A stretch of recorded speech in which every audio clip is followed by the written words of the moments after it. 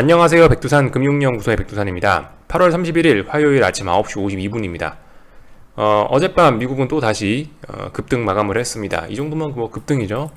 그래서 어제의 모습을 보면서 2거래일째 급등을 했으니까 금요일날 잭슨홀 미팅 이후에 주식시장의 급등, 이게 속임수는 아니었겠구나, 진짜일 수 있겠구나라는 생각을 좀 하긴 했습니다.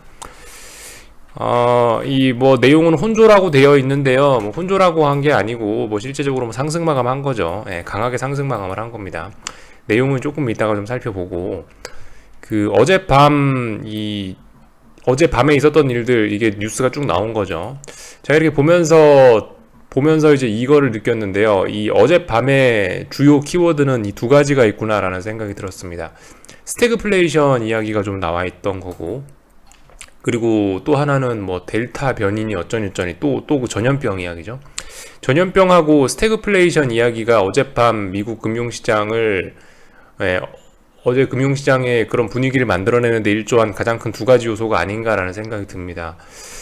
일단은 그 전염병 관련돼서 어젯밤에 미국 주식시장 내용을 좀 보면은 이랬거든요. 빅테크, IT주들이 초록색, 그리고 나머지 부분은 빨간색, 이런 모습이 나오고, 헬스케어도 초록불 들어오고요. 나스닥이 강하게 오르고 금리 떨어지고 뭐 이런 모습도 나왔는데, 이런 모습들이 전반적으로 예전에 그 뭐 전염병이 어쩌고 저쩌고 한참 했을 때, 작년에 막 전염병 초창기에 그런 때 모습이지 않냐라는 생각이 좀 들었거든요. 그러니까 그 전염병이라는 거를 시장이 다시 좀 의식을 하고 있다라는 생각이 좀 들었고, 또 그리고 전염병 이야기가 나오니까 뭘 생각해야 되나요? 유동성 계속 공급할 수 있다라는 생각을 해야 되겠죠. 그런 점 때문에 일단 긴축 우려는 또 조금 더 수그러드는 듯한 모습이 좀 들었고요. 전염병 이야기가 나오니까 뭐예요? 경제 회복이 좀 느려질 수 있을 거 아니에요, 또 다시. 그런 점이 나오고, 또 그리고 유동성은 계속 공급한다, 긴축이 좀 느려진다라는 생각이 나오니까 뭐 스태그플레이션 이런 이야기가, 지금 여기에서는 일단 기사에서는 하나밖에 안 보이는데, 스태그플레이션이라는 단어가 다른 기사에도 하나 나오더라고요. 하여튼 그래서 스태그플레이션 이야기도 나오고 있다라는 거. 자, 아무튼 시장 상황이 좀 복잡합니다. 그죠? 예. 일단은 근데 그 숏을 보시는 분들 입장에서 어쨌든 간에 그 뭐 전염병이 어쩌고 저쩌고, 뭐 전염병이 자꾸 이게 주제로 튀어나오면은 별로 숏을 보는 입장에서 좋을 것 같지는 않습니다. 네. 그래서 뭐 이런 모습들이 일단 어젯밤에 나왔다라는 거. 그래서 좀 자세한 내용을 좀 살펴보면은,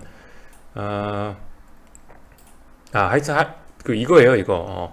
또 어제 뭐 어떤 뭐 핌코 CEO 출신 뭐 누가 이야기를 했대는데, 비둘기 연준이 경제 회복 저해할 것이다, 뭐 이런 이야기가 나왔고요. 그래서 이제 여기서 뭐 스태그플레이션 어쩌고저쩌고 이런 이야기를 하더라고요.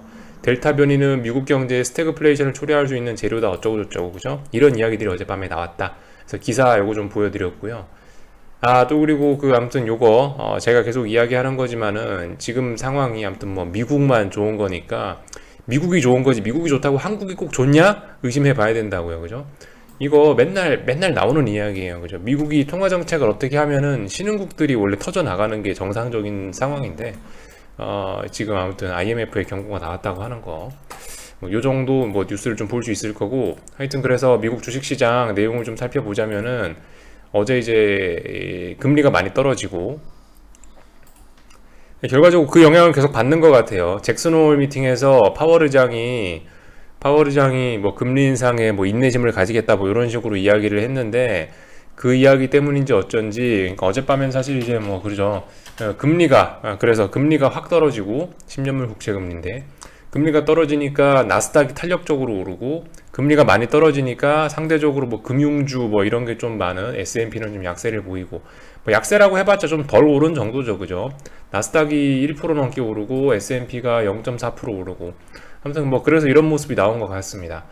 그래서 아무튼 미국 주식시장은 계속 강하니까 함부로 숏하면 안 될 것 같다라는 이야기를 일단 뭐 드리고 있고, 그럼에도 불구하고 어쨌든 제가 뭐 믿고 있는 건 하나 있다. 빅스가 계속 안 떨어지고 오랫동안 지키고 있으니까 한번 터트려야 되겠다라는 이야기를 드리고 있는데, 어쨌든 어젯밤에도 일단 중요한 자리 부분까지 자꾸 이제 가고 있는데요. 아무튼 뭐 지켜야 될 자리는 지키고 있는 이런 모습입니다. 일단은 뭐 양봉이 나와야지 뭐 얘가 살아난다 어쩐다 하는 거니까, 아직까지는 얘가 이렇게 죽고 있는 이런 과정에 있기 때문에 좀 더 지켜볼 필요가 있겠습니다.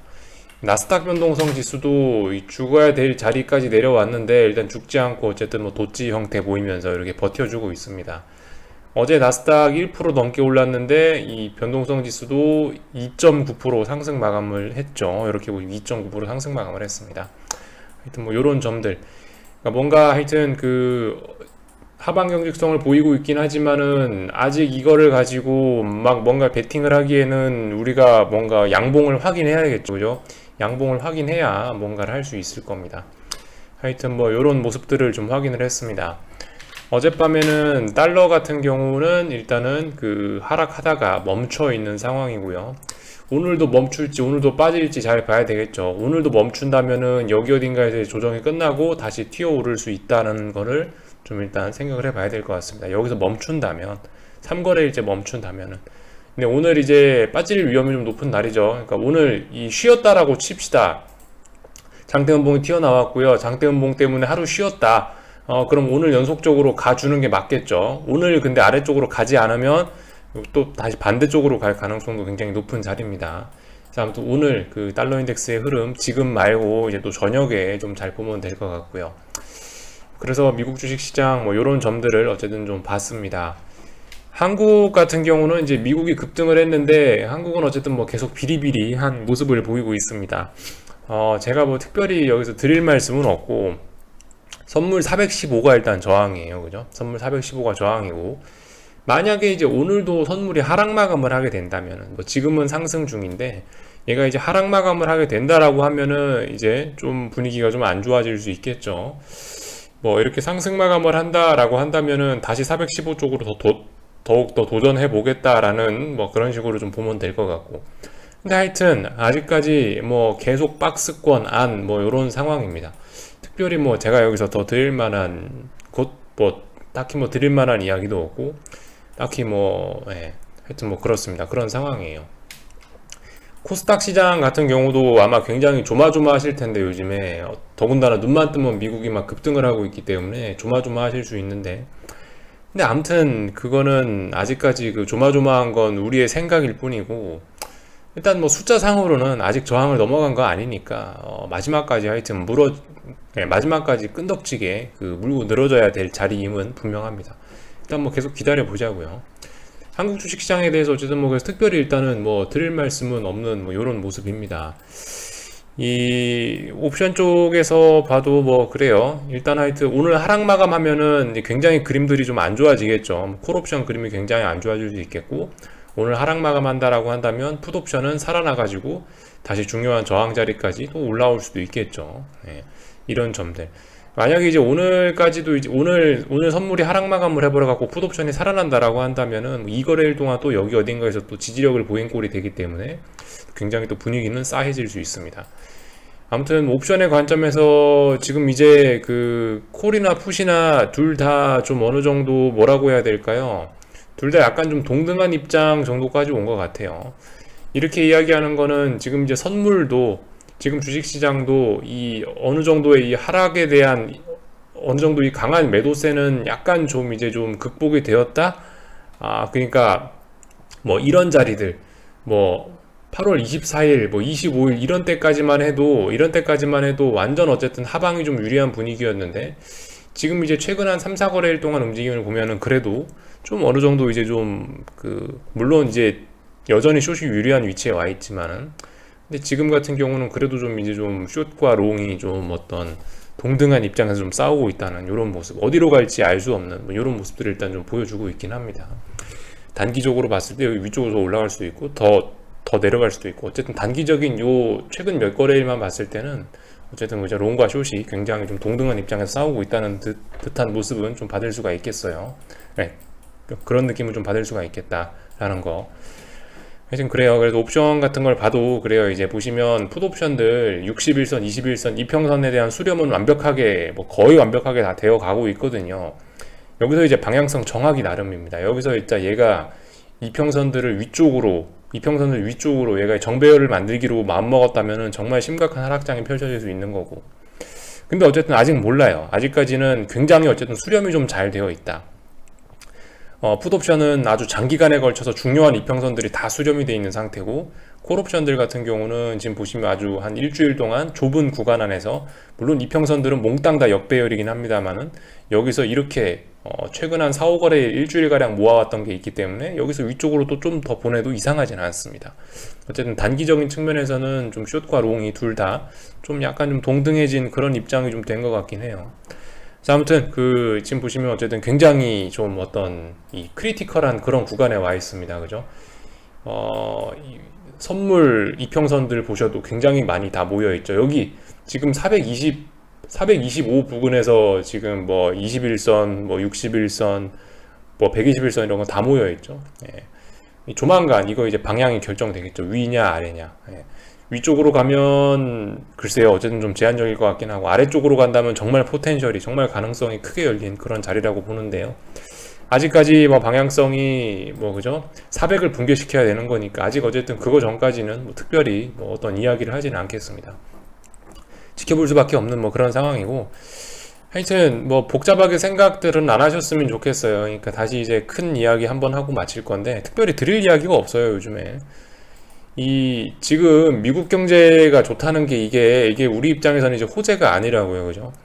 미국이 좋아지면서 다른 나라들도 같이 좋아져야 되는데, 근데 이제 미국만 좋아지고 지금 유럽이 좀 죽 써먹고 있어요. 미국은 좋아가지고 뭐 미국이 좋다, 미국이 뭐 경제적으로 잘 나간다라는 증거가 뭐예요? 이게 이제 테이퍼링 한다는 거고, 이게 이제 QT를 한다는 거고, 이게 뭐 금리 인상 이야기를 하는 이런 것들이 이제 미국 경제가 좋다는 이런 것들이 미국 경제가 좋다는 근거거든요.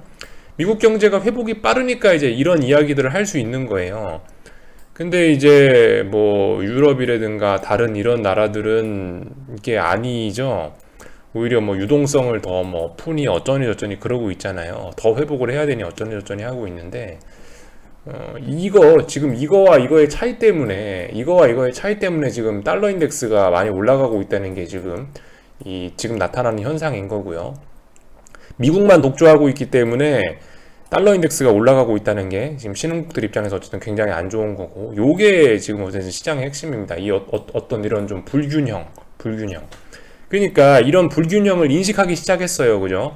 6월 FOMC 때부터 미국만 너무 잘 나가네라는 불균형을 이제 전 세계 금융시장 참가자들이 인식을 했는데, 그죠? 이제 이렇게 인식이 된 상황이기 때문에 앞으로 이제 미국이 계속 올라가는 게, 그게 이제 진짜 한국에 좋은 거냐라는 거는 우리가 한번 어쨌든 곰곰이 한번 생각을 해봐야 되겠다라는 겁니다. 지금까지 그랬던 구간들이 굉장히 많아요. 사실 뭐 대충 봐도 여러분들 아시잖아요. 그죠? 이게 S&P고 코스피하고 두 개 비교해 보면 되잖아요. 우리 그러면 명확하게 알 수 있지 않습니까? 코스피하고 S&P하고 이런 식으로 비교를 해보면은 분명히 디커플링 구간이 굉장히 많습니다. 미국이 이렇게 올라가는 동안 한국은 박스권이고, 미국이 이렇게 올라가는 동안 한국은 이렇게 내려오지 않았냐. 또 재현되지 않으라는 법이 없어요. 이런 디커플링 구간에서 항상 달러 강세가 있었겠죠. 이런 점들 생각해 보면 되겠습니다. 이런 디커플링 과정에서 한국 주식이 좀 싸다, 한국 주식이 가격적인 메리트가 있다, 그런 박스권인 거고, 이런 디커플링 과정에서 한국 주식이 비싸다 그러면은 이제 와장창 하는 거고, 뭐 그런 거인 것 같아요. 근데 지금 보시면 한국 주식이 옛날처럼 싸냐? 한번 우리 아무튼 가슴에 손을 얹고 생각해 볼 필요는 있을 것 같죠. 자, 하여튼 뭐 제가 뭐 지금 상황에서 아무튼 뭐 특별히 뭐 드릴 이야기는 없고요. 하여튼 오늘 하락 마감하면 반등 보시는 분들께 굉장히 안 좋겠죠. 그죠? 오늘 상승 마감하면 그래도 다시 415를 도전할 수 있다는 희망이 생기지만, 오늘 하락 마감하면은 415는 이제 좀 든든한 저항이 되지 않겠냐, 뭐 이런 생각이 이런 생각이 좀 드네요. 그래서 일단 여기까지만 하겠습니다. 궁금한 거는 리플 남겨주시고요. 저녁에 또 뵙도록 하겠습니다. 여기서 마칠게요.